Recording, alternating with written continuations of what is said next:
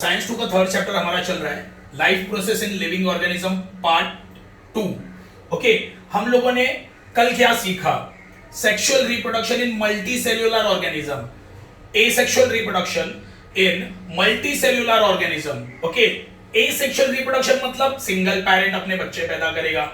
Multi cellular मतलब ऐसे animals जिनके अंदर बहुत सारे सेल्स है, एनिमल्स या प्लांट्स। ओके, तो ऐसे multi cellular organism, single organism अपने बच्चे पैदा करेंगे विदाउट एनी पार्टनर। ओके, हम लोगों ने 4 टॉपिक उसमें से देखे। अभी है स्पोर फॉर्मेशन।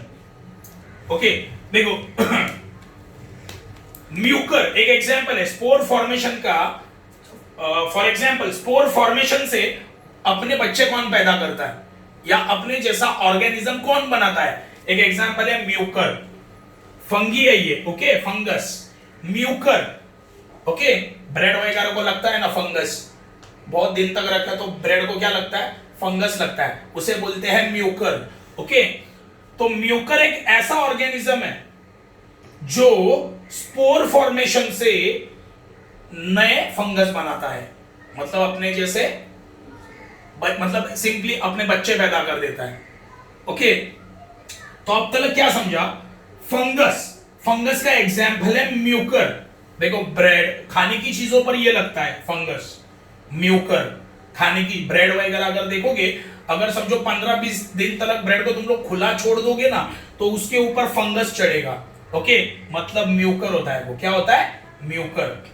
और वो ब्रेड के पूरे सरफेस पे फैल जाता है। क्यों? क्योंकि म्यूकर क्या करता है?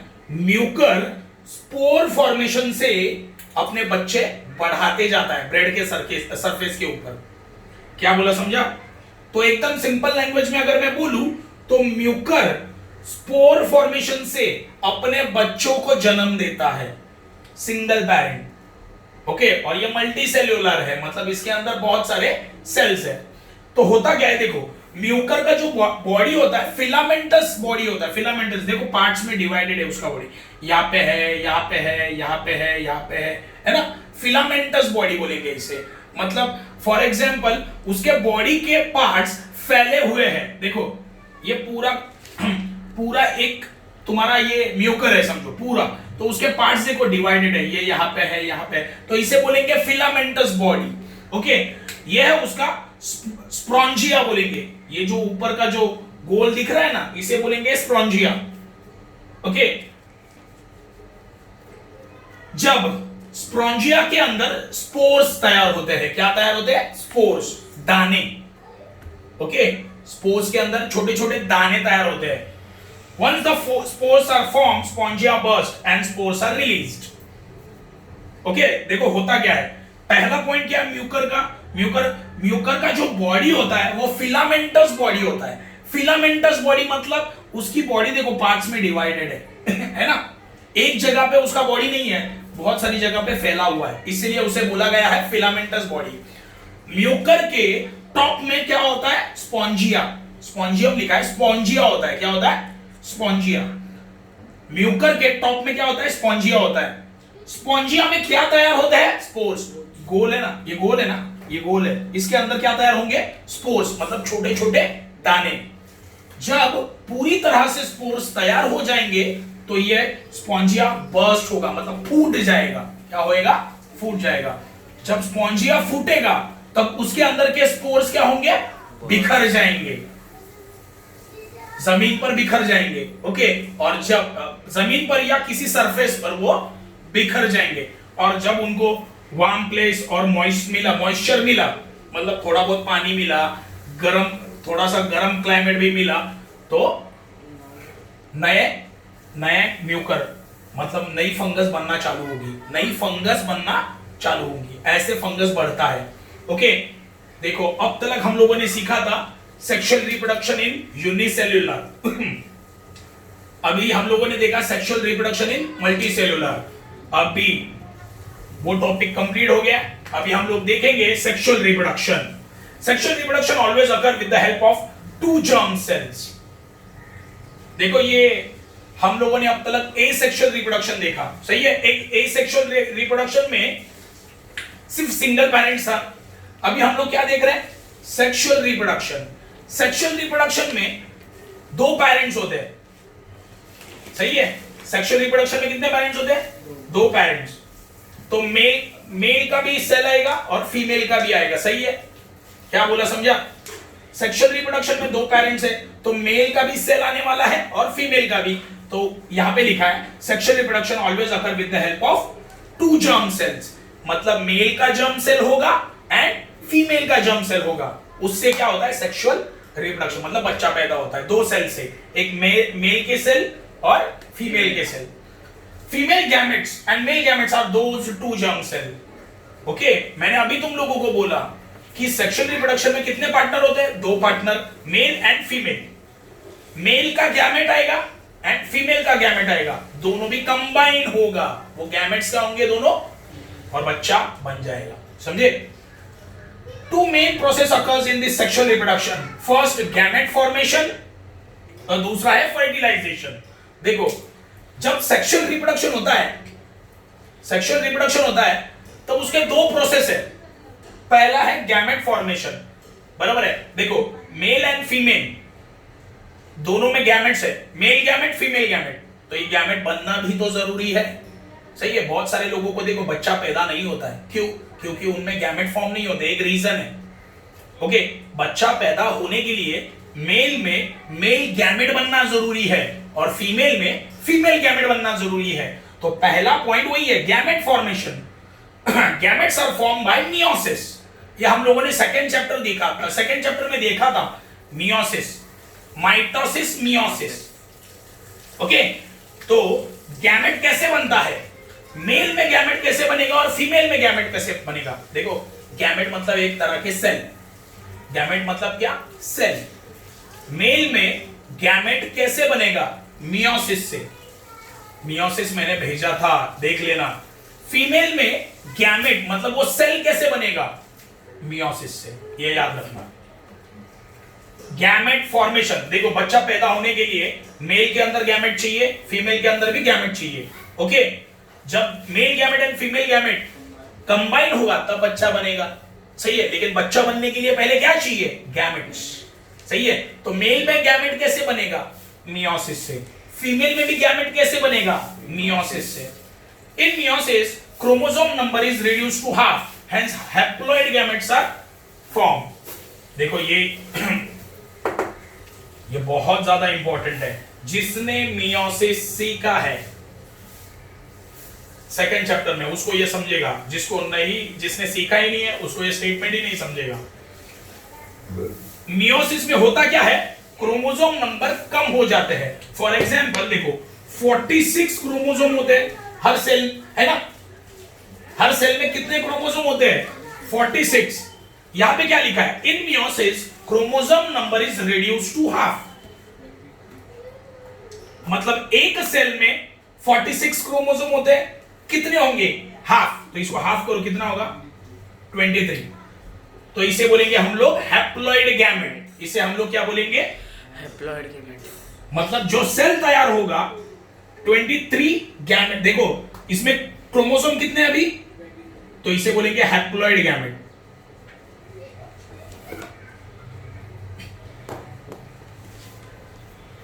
क्या बोला, समझा। देखो गैमेट फॉर्मेशन, सेक्सुअल रिप्रोडक्शन में मेल का गैमेट बनना जरूरी है, फीमेल का गैमेट बनना जरूरी है। कहां पे बनेगा, उनकी बॉडी में बनेगा, सही है। तो गैमेट कैसे बनता है, बाय मियोसिस। मियोसिस एक प्रोसेस है, सेल डिवीजन का प्रोसेस है। ह्यूमन बॉडी के अंदर बहुत सारे सेल होते हैं। ओके, सेल को डिवाइड कैसे किया जाता है, by the process of meiosis and mitosis. क्या बोला, समझा। देखो, अगर मेरे बॉडी में 20 सेल, फॉर एग्जांपल एक एग्जांपल देता हूं। देखो, समझो मैं गिर गया, मुझे यहां पे चोट आ गया, खून बहा, कुछ दिनों के बाद मेरे को वापस स्किन आ जाती है। क्यों, क्योंकि वो पोर्शन में नए सेल तैयार हो जाते हैं, सही है, और मुझे वापस स्किन आ जाती है। ये क्यों होता है, नए सेल बनते कैसे हैं, जो पुराने सेल होते हैं उनसे ही डिवाइड होकर नए सेल बनते हैं, सही है। देखो मेरे ये स्किन के ये पोर्शन में तो सेल ऑलरेडी एग्जिस्ट है, तो ये जो सेल्स है वो डिवाइड होना चालू हो जाएंगे और मेरे ये पोर्शन को अच्छे से कवर कर देंगे। ओके, तो ये कैसे होता है? दो प्रोसेस से, एक तो माइटोसिस या तो मियोसिस। तो मेल बॉडी में गैमेट कैसे फॉर्म होता है? Bye meiosis. फीमेल बॉडी में गैमेट सेल कैसे तैयार होता है? Bye meiosis. ओके, मियोसिस में होता क्या है समझो। एक सेल में कितने क्रोमोसोम है? 46। ये सेल है, इसके अंदर कितने क्रोमोसोम है? 46। जब ये सेल डिवाइड होगा ना, मियोसिस क्या करेगा? सेल को डिवाइड करेगा। मियोसिस मतलब क्या? Cell division. ओके, तो क्या करेगा? क्रोमोसोम के नंबर को क्या कर देगा? वो हाफ कर देगा। तो एक नया सेल बना, एक नया सेल बना, इसमें कितने क्रोमोसोम है? 23। हाफ कर दिया, तो इसे मैं बोलूंगा हैप्लॉइड गैमेट। इसे मैं क्या बोलूंगा? Haploid gamete. समझा ये? ओके, आगे fertilisation. Fertilisation, a diploid zygote is formed in the process by union of haploid male and female gamete। देखो एक बात बोलता हूं,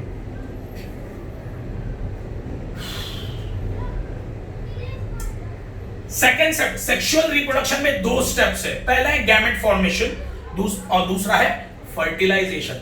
फर्टिलाइज होना मतलब स्टार्टिंग में बच्चा तैयार हो जाना।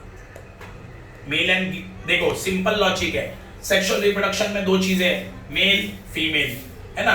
दोनों की कोई तो चीज मिलती रहेगी तब जाके पेट में बच्चा बनता रहेगा मां के। एक लॉजिक है ना। नहीं तो नॉर्मली तुम लोग सोचोगे कि सेक्सुअल इंटरकोर्स होता है मतलब मेल एंड फीमेल में सेक्स होता है और बच्चा बनता है, ऐसा नहीं होता। ओके, उसमें क्या एक्सचेंज होता है? गैमेट्स। ये याद रखना है। देखो सिंपल लॉजिक है, मेल एंड फीमेल ये जब सेक्सुअल इंटरकोर्स करते हैं तो कुछ ना कुछ तो एक्सचेंज होता रहेगा, है ना। तो होता क्या है, मेल क्या करता है, अपना मेल गैमेट फीमेल के बॉडी में इंसर्ट कर देता है। होता क्या है, मेल गैमेट और फीमेल गैमेट एक दूसरे के साथ कंबाइन हो जाते हैं। ओके, उसे बोलते हैं फर्टिलाइजेशन। उसे क्या बोलते हैं? फर्टिलाइजेशन। अभी तुम लोग सोचो कि मेल गैमेट और फीमेल गैमेट जब एक दूसरे के साथ कंबाइन होंगे तो क्या बनेगा? तब बनेगा जाइगोट। उसे बोलेंगे डिप्लॉइड जाइगोट। तब क्या बनेगा? Diploid zygote. Diploid zygote. देखो सिंपल लॉजिक है, अभी मैं जो बोल रहा हूं ध्यान दो। देखो मियोसिस, अभी पहले मेल के बारे में देखते हैं, मेल और ये फीमेल, सही है।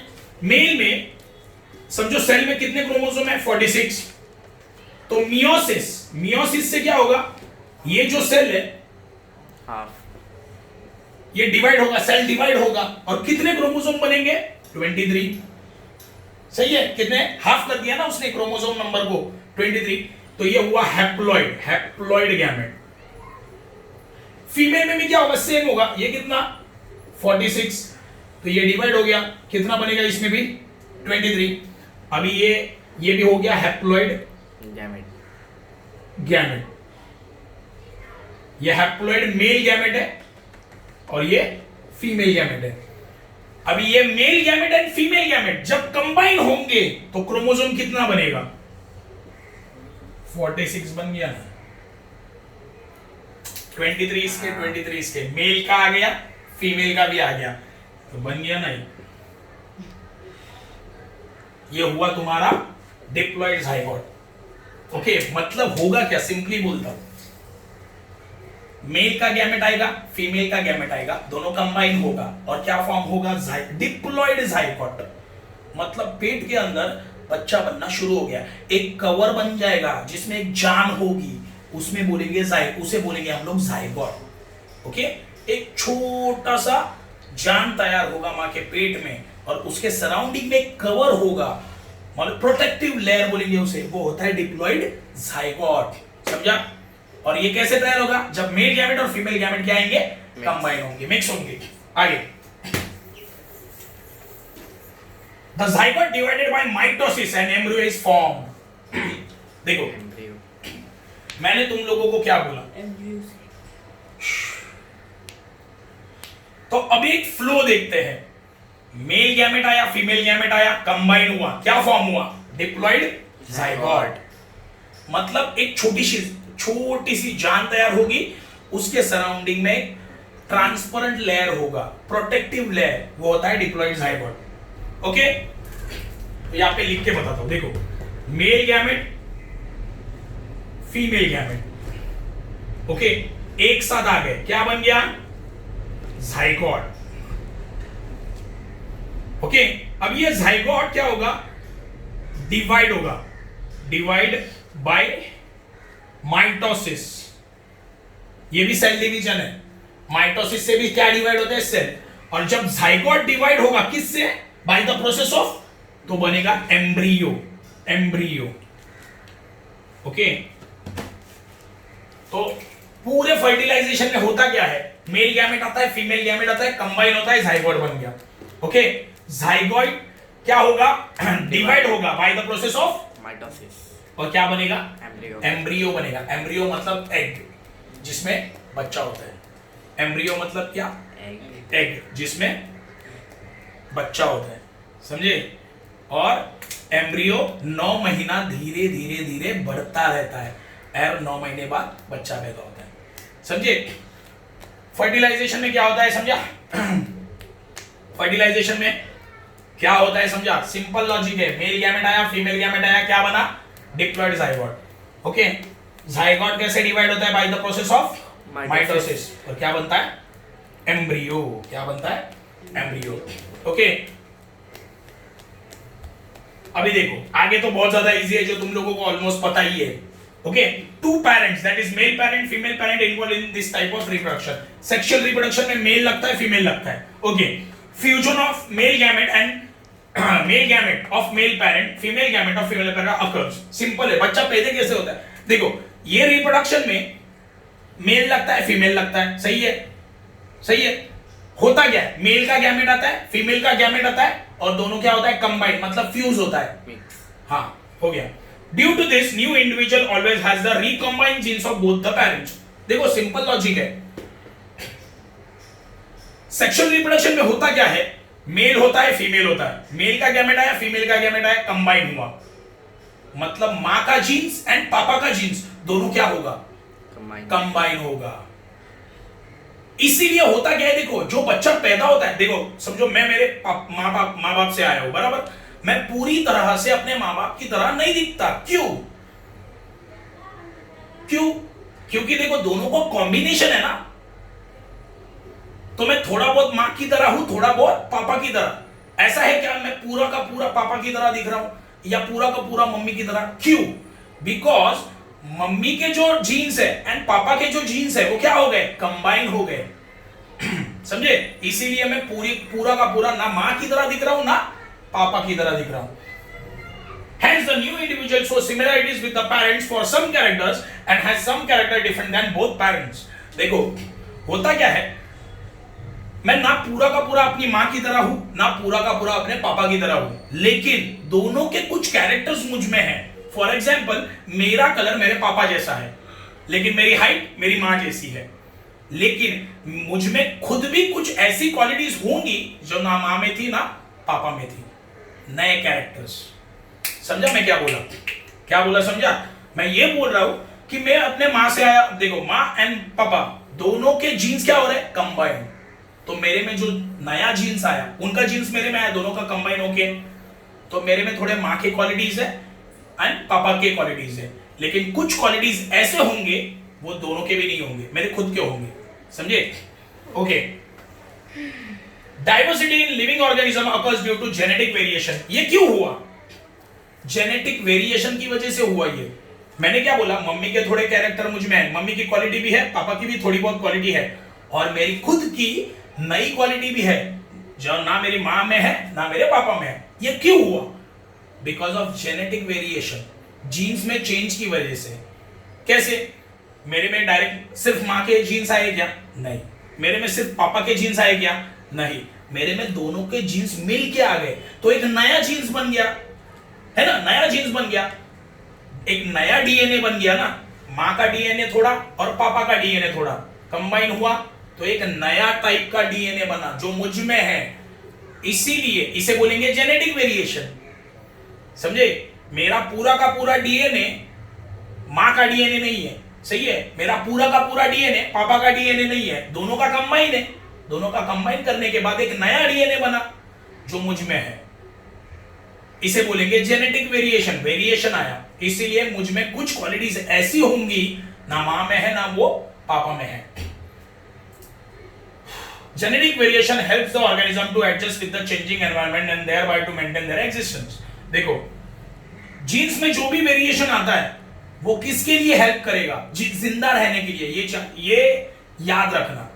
जैसे देखो, बंदर से इंसान बना, क्यों बना? ताकि वो अर्थ के ऊपर जिंदा रह सके। बंदर से इंसान बना ना, लेकिन डायरेक्टली बंदर से इंसान बना क्या आज बंदर है दूसरे दिन इंसान बन गया? नहीं, उसके लिए करोड़ों साल लगे। बंदर के जीन्स में चेंजेस आते गए और वो चेंजेस आते आते इंसान बना, और इंसान इसीलिए अर्थ के ऊपर आज जिंदा है। एग्जाम्पल दूसरा, डायनासोर्स। डायनासोर्स का आकार बहुत बड़ा था, वो बहुत बड़े थे, बहुत ज्यादा खाना एक साथ खा जाते थे। एनवायरमेंट के हिसाब से डायनासोर की बॉडी में कुछ चेंजेस आए क्या? नहीं, इसलिए वो आज अर्थ के ऊपर जिंदा नहीं है। सही है? मतलब बंदर से जब इंसान बना तो बंदर के जीन्स में क्या आते गया? डीएनए में क्या आते गया? चेंज आते गया। क्यों आया वो? ताकि आगे जाकर वो जिंदा रह सके। इंसान जिंदा है ना आज, तो जो जेनेटिक वेरिएशन जो आता है वो काहे के लिए आता है? जिंदा रहने के लिए, ताकि वो सराउंडिंग में अपने आप को एडजस्ट कर सके। Due to this plant and animal can save themself from being extinct. इसी तरह से देखो, plant, animals and human beings extinct नहीं हो रहे, अर्थ के ऊपर टिके हुए हैं। डायनासोर एक्सटिंक्ट हो गए, खत्म हो गए ना। ठीक है, ये यहां तक आज का टॉपिक हो गया।